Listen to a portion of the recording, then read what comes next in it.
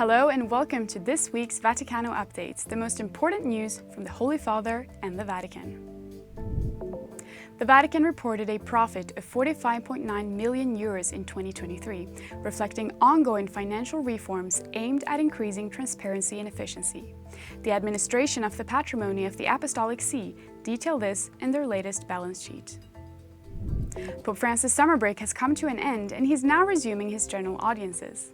The audiences provide an opportunity for the faithful to listen to his teachings and to receive his blessings in person.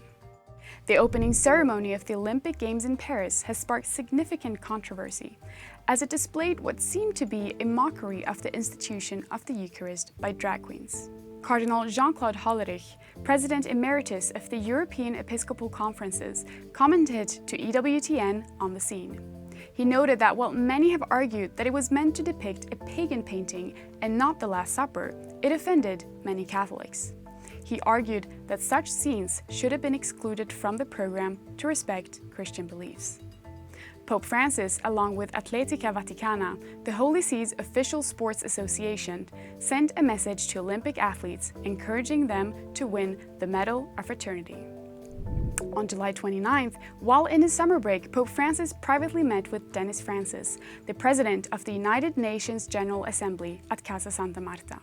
The two discussed care for the environment, freedom of religion, and diplomatic strategies to enhance cooperation between the Vatican and the United Nations. On the World Day for Grandparents and the Elderly, Pope Francis emphasized the value and dignity of older people.